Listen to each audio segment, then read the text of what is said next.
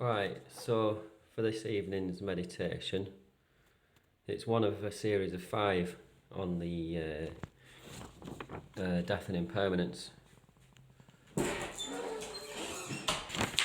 These 5 are slightly different in that they're from how to transform your life. So they're based around the outlines of 3 outlines, I think. Death will definitely come and nothing will prevent it. Our lifespan cannot be increased and it decreases continuously. And 3, death will come regardless of whether or not we have made time to practice Dharma. And then there's a conclusion. And there's a little wisdom meditation that I wrote myself as well. Right, so I'm going to read out parts of it, but because of TARPA copyright issues, then I'm going to let you look it up in the book where I'm reading it from, and then you can fill it in yourself then. Right.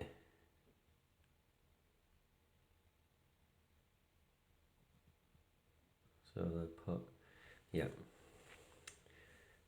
Death will definitely come and nothing will prevent it. We contemplate. No matter where I am born, whether it be in fortunate or unfortunate states,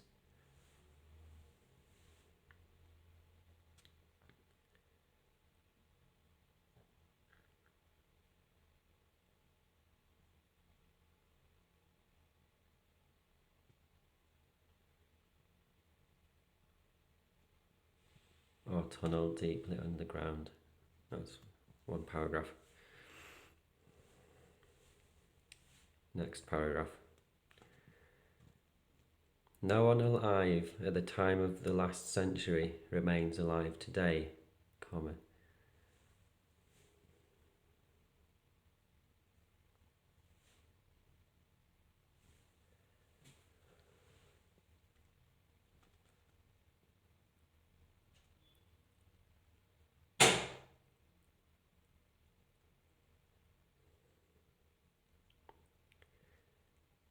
Contemplating these points, we should ask ourselves, could I alone outlive death? Next paragraph. When our karma to experience this life comes to an end, comma,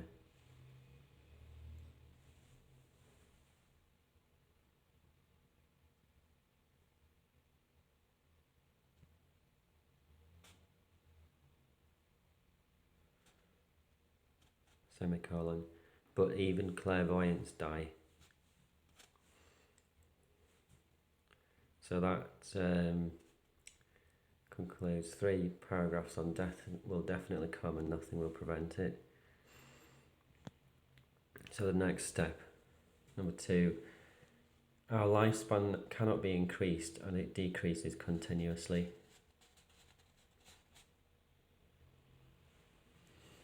From the moment of our conception, we are heading towards our death, comma.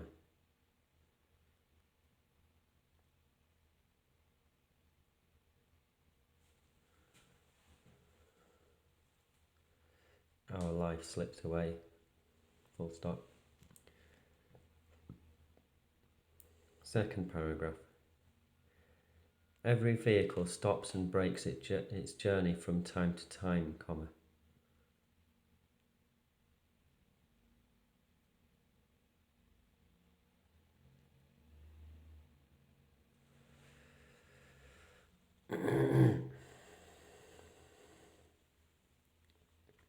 We may think that we are among the living, comma, but our life is the very highway of death. Third paragraph. Suppose our doctor were to break the news to us that we are suffering from an incurable disease and that we have only 1 week left to live. Full stop.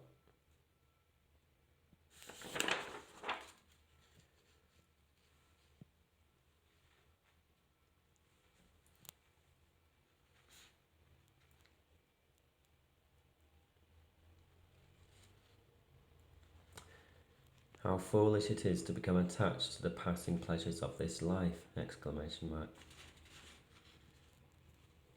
And now for the third step.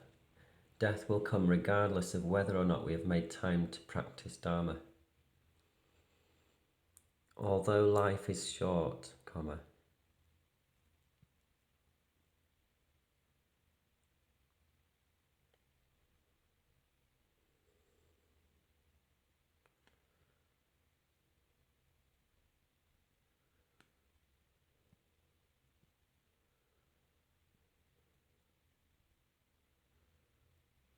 we shall see that the days slip by without our getting down to serious practice.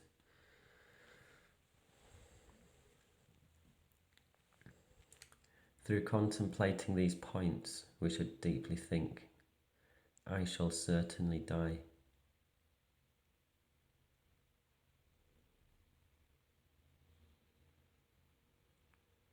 I shall certainly die.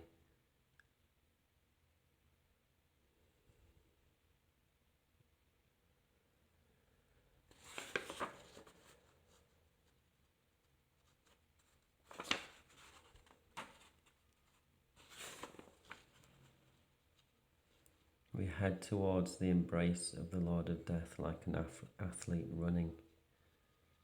From the second step, our life decreases continuously.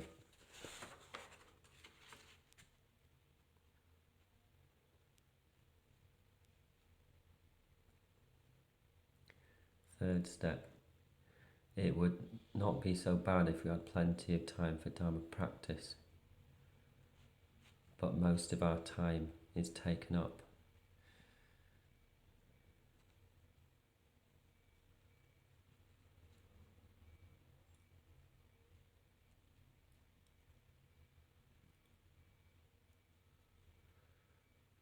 We should deeply think, I shall certainly die.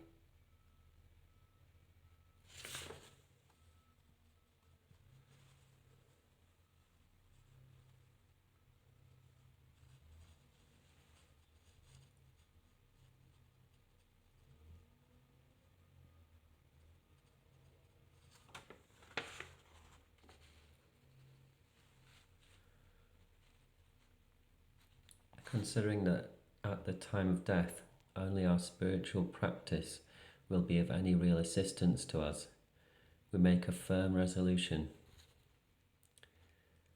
I must put spiritual teachings into practice.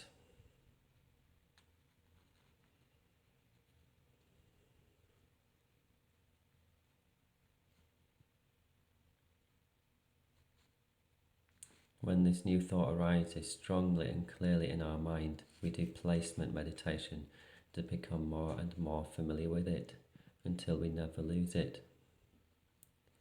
A firm resolution. I must put spiritual teachings into practice.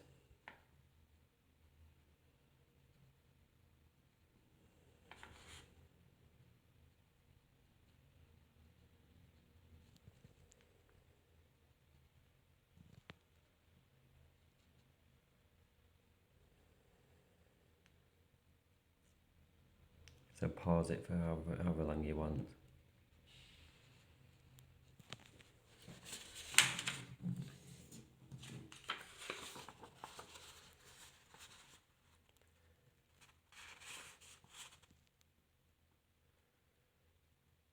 Now for some wisdom contemplation on the body. I wrote this myself, by the way. If our body is possessed by an inherently existent I, then why do we have no control over our own death, when and how we die, what we experience thanks to our body? Like we would if we wanted to discard our car or trade it in for a new one, for example. We do not choose any of these things. All arises from karma. If we have not done strong purification or attained liberation, we shall suffer great pain, fear and confusion at our death time. This shows us that our body is not possessed by our I.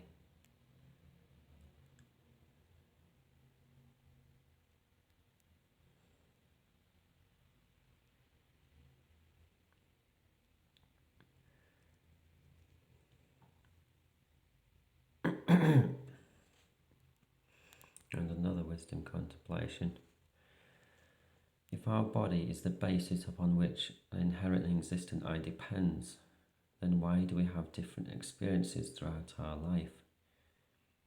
How can we fall asleep and take on a dream body if our I depends upon our body? How can our I take rebirth if it depends upon this body, which we forsake at the time of death? Is our sickness caused by our karma or simply by this body? If the latter, then how do we explain purification and cure of disease? This shows us that our I does not depend upon our body as its basis. Therefore, our I is merely imagined and arises from our karma, whether that is pure or impure.